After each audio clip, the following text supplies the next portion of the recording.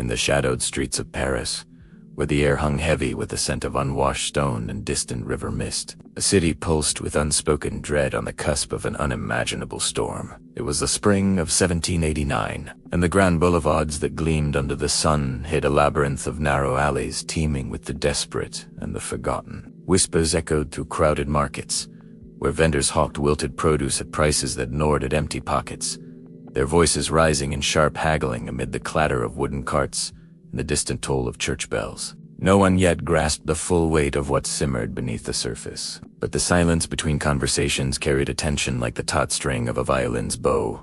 Riadito snap. The Seine flowed indifferently past ornate bridges reflecting the facades of palaces that stood as monuments to a fading glory, while in the shadows figures huddled in doorways, their eyes darting with the quiet fear of those who had endured too many harsh winters. Bread, that staple of life, had become a symbol of scarcity, its aroma taunting from bakeries, where lines stretched like veins through the city's heart, and murmurs of discontent rippled like waves on the water. The king, ensconced in Versailles gilded halls, seemed a world away, his decrees arriving like echoes from a distant throne. Yet the people felt the invisible chains of taxation tightening around their necks. As the days lengthened, the air grew thicker with anticipation, a palpable unease that no one could name but all could feel. For the collapse did not announce itself with thunder. It began with the soft rustle of pamphlets passed hand to hand in the dim light of taverns. Paris in the late 18th century was a marvel of contrasts, a sprawling metropolis of over 600,000 souls, where Enlightenment-esque glow clashed with the grit of daily survival. Grand avenues lined with elegant townhouses and bustling cafes hosted philosophers debating reason and right, their words drifting like smoke from clay pipes amid the aroma of fresh coffee and ink-stained paper. Yet beyond these enlightened enclaves lay the squalid quarters, where tenements leaned precariously over muddy streets, their walls echoing with the cries of infants and the coughs of the afflicted. The city's heartbeat was the rhythm of artisans' hammers in workshops, the shuffle of feet in overflowing markets, like Les Halles, where the metallic tang of blood from butchers' stalls mingled with the earthy scent of vegetables hauled from distant fields. Nobles glided through in silk and lace, their carriages splashing filth on ragged pedestrians, while the bourgeoisie merchants, flush with trade's profits, yearned for the political power their wealth demanded but tradition denied. Churches loomed with their solemn spires, bells calling the faithful to prayer, but even there, sermons carried undercurrents of grievance against a monarchy seen less as divine and more as distant and burdensome. The air often choked with the acrid smoke from countless chimneys, and at night, the faint glow of lanterns barely pierced the darkness, casting long shadows that hid pickpockets and beggars alike. Water from public fountains ran sporadically, tainted and fought over, while the Seine's banks served as both thoroughfare and sewer, its waters murmuring secrets of the city's underbelly. In this vibrant yet volatile tapestry, the seeds of unrest were sown quietly, disguised as everyday hardships. But the wise could sense the gathering clouds, knowing that such disparities could not endure forever without fracture. Daily life in Paris before the great unraveling was a tapestry woven from routine drudgery and fleeting joys, where the sun rose over rooftops, to the sound of bakers' ovens crackling and vendors shouting their wares. For the common folk,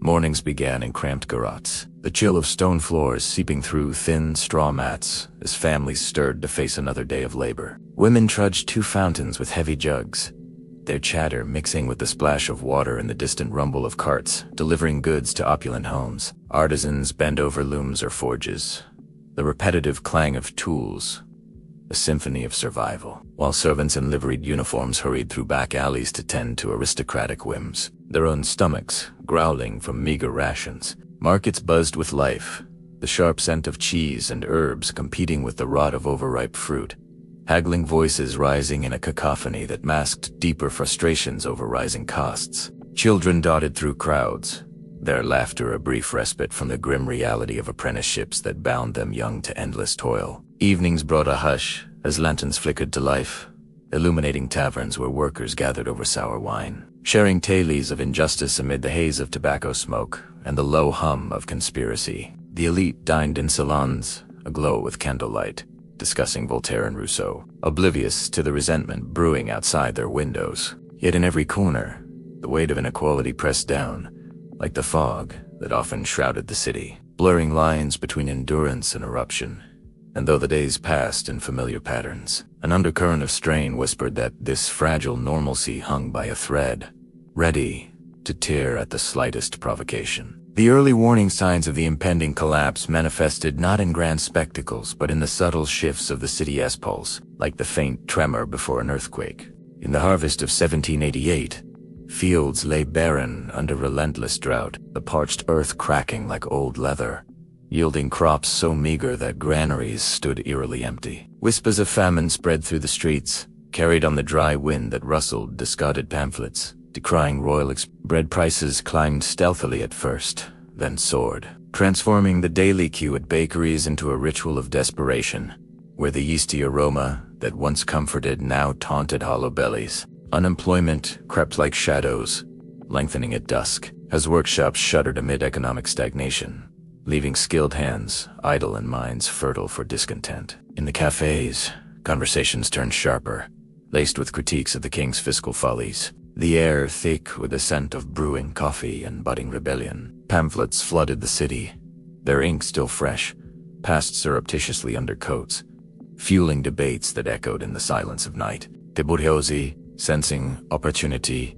in the monarchy's weakness, murmured of reform, while peasants arriving from the countryside brought tales of ruined fields and burdensome tides, their weathered faces etched with quiet rage. Yet these omens went largely unheeded by those in power, dismissed as the grumblings of the masses. But to the attuned ear they formed a chorus of foreboding, a prelude to chaos that no one fully comprehended, for the collapse began, not with violence, but with the insidious erosion of trust in the old order. As tensions rose in the winter of 1788 to 1789, Paris became a cauldron of simmering instability, where the cold bit deeper into bones already weakened by want. Streets that once bustled with commerce now echoed with protests. The crunch of boots on frozen ground accompanying chants against the salt tax and feudal dues. Riots flared sporadically, like sparks from a flint, over food shortages, with crowds converging on granaries, their shouts piercing the frosty air amid the smell of burning effigies.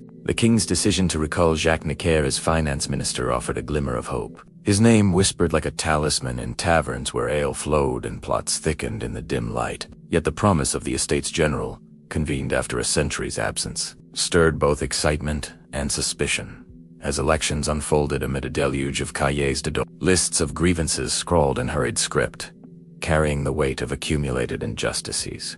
The air grew charged with political fervor, salons humming with debates on representation, while the Third Estate's delegates arrived in Paris, their footsteps on cobblestones heralding a challenge to the privileged orders. Rumors swirled like eddies in the Seine, tales of royal troops massing, fueling paranoia that cloaked the city in a veil of unease. The bourgeoisie pressed for double representation, their voices rising in assemblies, but the nobility clung to ancient privileges, widening fissures that no decree could mend. In this atmosphere of mounting pressure, the city's rhythm faltered, daily routines interrupted by gatherings that hinted at larger upheavals.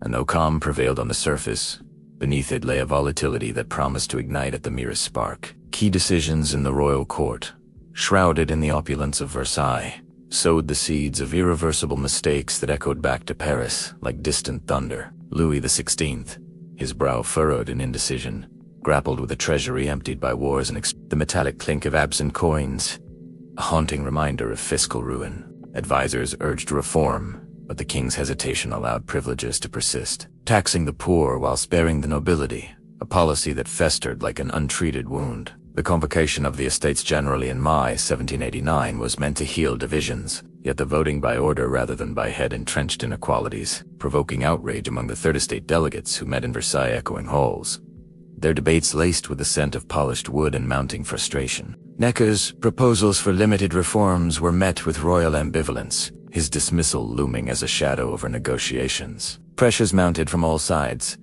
The Queen's reputed profligacy fueled scandalous whispers in Parisian broadsheets, her image tarnished amid the aroma of courtly perfumes that masked deeper decay. External debts from aiding the American Revolution pressed like a vice, compelling half-hearted concessions that only inflamed demands for more. In Paris, these missteps reverberated through crowded streets, while news arrived via couriers' hoofbeats, stirring assemblies that debated the king's every move. No one foresaw how these errors would cascade. But the air thickened with the sense that pivotal choices were being bungled, setting the stage for a rupture that would engulf the nation in flames. The moment the system began to falter arrived not with a cataclysm but with the quiet defiance of June 1789. When the Third Estate proclaimed itself, the National Assembly in a Versailles tennis court rained pattering on windows like hesitant applause. Oaths echoed in the damp air, binding delegates to reform amid the musty scent of determination, as they vowed not to disband until a constitution was forged. Bike in Paris news spread like wildfire through cafes and markets, igniting sparks of hope and fear. The city's pulse quickening with each whispered retelling. Royal troops amassed around the capital, their boots thudding on roads, tents sprouting like mushrooms in the fields, evoking the metallic tang of impending conflict. Rumors of a coup d'etat circulated in the sweltering July heat. Panic-gripping streets where silence fell unnaturally amid the usual clamor of vendors. Neckerson dismissal on July 11th sent shockwaves. Crowds gathering in the Palais Royal, oratory rising like steam from heated pavements, calls for arms mingling with the acrid smell of sweat and resolve. The system cracked visibly then, as Parisians raided armories, the clash of metal on metal foreshadowing greater violence. Barriers rose in neighborhoods, cobblestones pried up for barricades, the air humming with urgency. By July 14th, the Bastille loomed as a symbol of tyranny, its stone walls silent witnesses to the gathering storm. And as the crowd surged forward, no one realized this was the irrevocable point, where the old order began its inexorable slide into oblivion. Human consequences unfolded in waves of chaos as the social fabric tore, beginning with the storming of the Bastille, where the roar of the mob drowned out the crack of musket fire, gunpowder smoke, choking the air like a vengeful fog. Prisoners emerged, blinking into daylight, their chains clanking as symbols of liberated oppression. But the victory came at a cost of bloodied streets and fallen bodies, the metallic scent of carnage lingering long after. Riots cascaded through Paris, looters smashing windows amid shattering glass and triumphant shouts, while fear gripped the affluent, shutters slamming shut against the encroaching tumult. Families huddled in dim rooms, whispers of terror passing like ghosts, as vigilante justice claimed suspected royalists, nooses swaying from lampposts in grim silhouette against the sky. The breakdown rippled outward, peasants and surrounding villages rising against manors, flames devouring ancient records and bonfires that crackled with the sound of feudal bonds breaking. Starvation's grip tightened on the vulnerable, hollow-eyed children begging amid the debris, their cries piercing the night's uneasy quiet. Social hierarchies inverted overnight, servants eyeing masters with newfound defiance, the air thick with the uncertainty of reordered lives. Amid the exhilaration of freedom, despair shadowed many, as economic disarray deepened shortages, markets emptying faster than they could fill. The human toll mounted silently at first, in broken homes and shattered illusions. But soon it became a torrent of suffering that no one could stem, marking the true cost of the system's failure. As the revolution gained momentum, the streets of Paris transformed into arenas of perpetual upheaval, where the scent of revolution sweat, ink, and gunpowder permeated every corner. National Guard patrols echoed with the tramp of boots, their bayonets glinting under torchlight, enforcing a fragile order amid growing factionalism. Women marched in processions, their voices rising in demands for bread and justice, skirts brushing against barricades still warm from recent clashes. The guillotine's blade would soon whisper its deadly song in the Place de la Révolution. But on the eve, it was the anticipation of such horrors that chilled the air. Rumors of purges circulating like autumn leaves. Emigres fled in haste, carriages rattling away under cover of night, leaving behind echoing mansions stripped of finery. The church bells, once calling to prayer, now told for assemblies where citizens debated fates in heated halls, the wax of candles dripping like tears for the old regime. Social bonds frayed as neighbor turned on neighbor, accusations of counter-revolution hanging heavy in conversations laced with suspicion. Yet amid the breakdown, glimmers of solidarity emerged, in communal bread distributions and shared vigils, the warmth of firesides fostering fragile alliances. The city's rhythm shifted to one of constant vigilance, sleep interrupted by distant shouts, and though the immediate chaos subsided into an easy calm, the scars of division ran deep, etching permanent changes into the souls of Parisians. The long-term historical impact of those fateful months reshaped not just France, but the contours of the world, as ideas of liberty, equality, and fraternity rippled outward like stones cast into a vast ocean. Paris, once the heart of absolutism, became the cradle of modern republicanism, its streets forever marked by the blood of revolutionaries who dismantled centuries-old The feudal system crumbled under the weight of decrees from the National Assembly, abolishing privileges in a single August night, the crackle of burning parchments signaling the end of serfdom's chains. Wars erupted across borders, French armies carrying revolutionary fervor on bayonets, toppling monarchies and inspiring uprisings from Haiti to Poland, the thunder of cannons echoing the city's defiant roar. Economic structures evolved, land redistributed to peasants who tilled soil once owned by absent lords, the earthy scent of freedom mingling with newfound prosperity. Yet the revolution's shadow loomed in cycles of terror and reaction, birthing Napoleon's empire that redrew Europe's map amid the smoke of battlefields. Cultural shifts permeated society,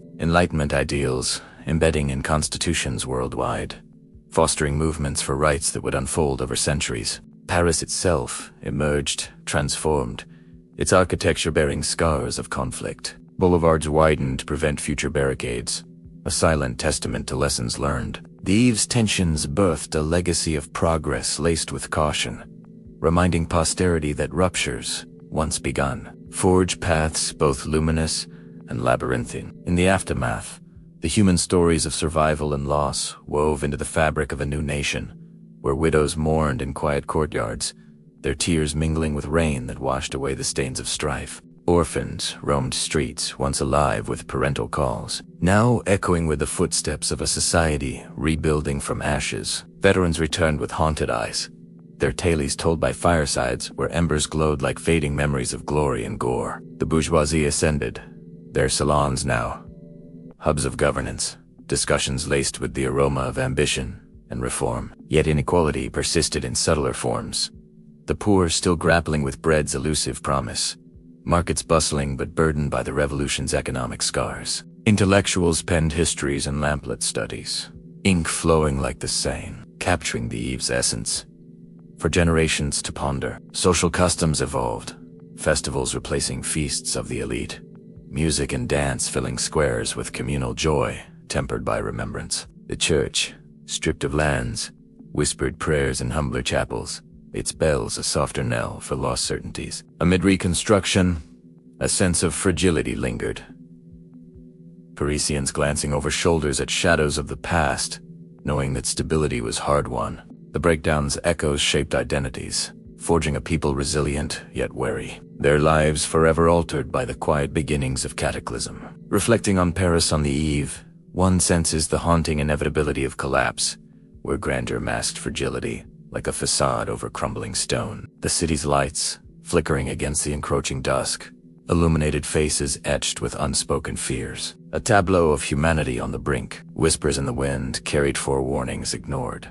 The rivers flow indifferent to the tides of change swelling beneath. In those final moments of the old world, routines persisted amid the undercurrents, bakers kneading dough as if tomorrow would mirror today, unaware of the rupture poised to shatter illusions. The air, thick with the scents of daily life bread, river, smoke held no hint of the blood to come, yet the silence between heartbeats betrayed the tension. History teaches that such eves are deceptive.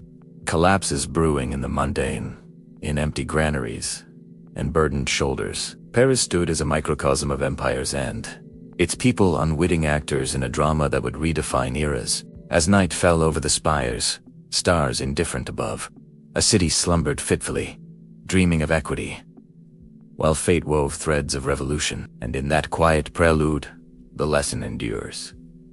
The mightiest structures falter not from thunder, but from the persistent drip of discontent, reshaping civilizations in ways unforeseen. The Eve's legacy lingers in the stones of Paris, where echoes of footsteps from 1789 still resonate in the arches of bridges spanning the Seine. Modern boulevards carved from the chaos bear silent witness to the tensions that once boiled over, their wide expanses, a deliberate design against future insurrections. Museums house artifacts of the time-faded pamphlets, rusted pikes evoking the musty scent of history preserved, reminders of how quiet grievances amplified into roars. Descendants walk those streets, unaware perhaps of the ghosts that brush past, but feeling an intangible pull toward the ideals forged in fire. The revolution's impact extended to global shores, inspiring declarations of rights that dismantled empires.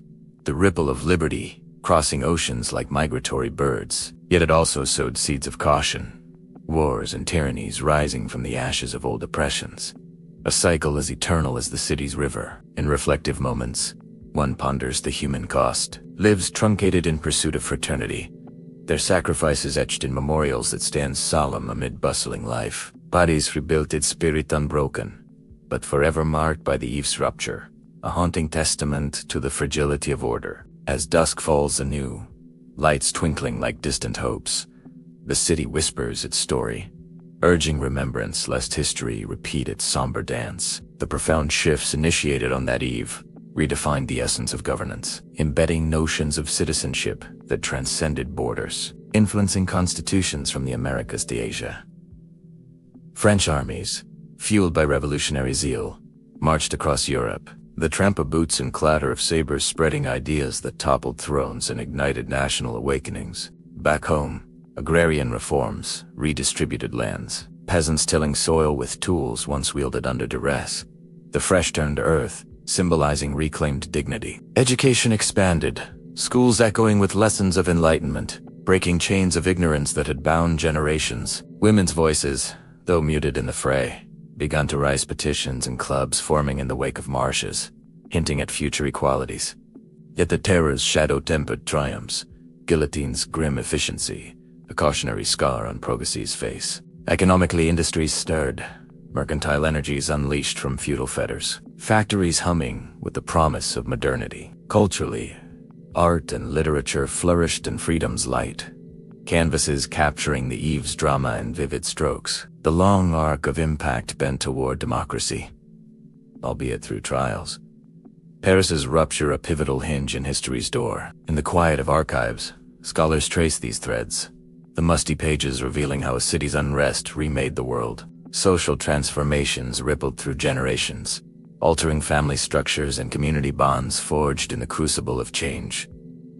Neighborhoods once divided by estate now mingled in assemblies, voices of laborers joining those of merchants in debates that filled halls with the echo of equality. Festivals replaced religious processions, bonfires crackling under starry skies, songs of liberty uniting crowds in rhythmic solidarity. Yet divisions persisted, factions splintering into rivalries that scarred the social landscape. Trust eroded by betrayals, born of fear. Emigration waves carried nobles abroad, their estates repurposed, ghosts of luxury haunting repurposed chambers. The poor, empowered yet precarious, navigated new freedoms amid economic flux. Markets adapting to abolish guilds with the clang of innovation. Children's games evolved, mimicking revolutionary heroes instead of kings, inoculating young minds with ideals of fraternity. The church, humbled, ministered in simpler garb, its influence waning as secular thought bloomed. Through it all,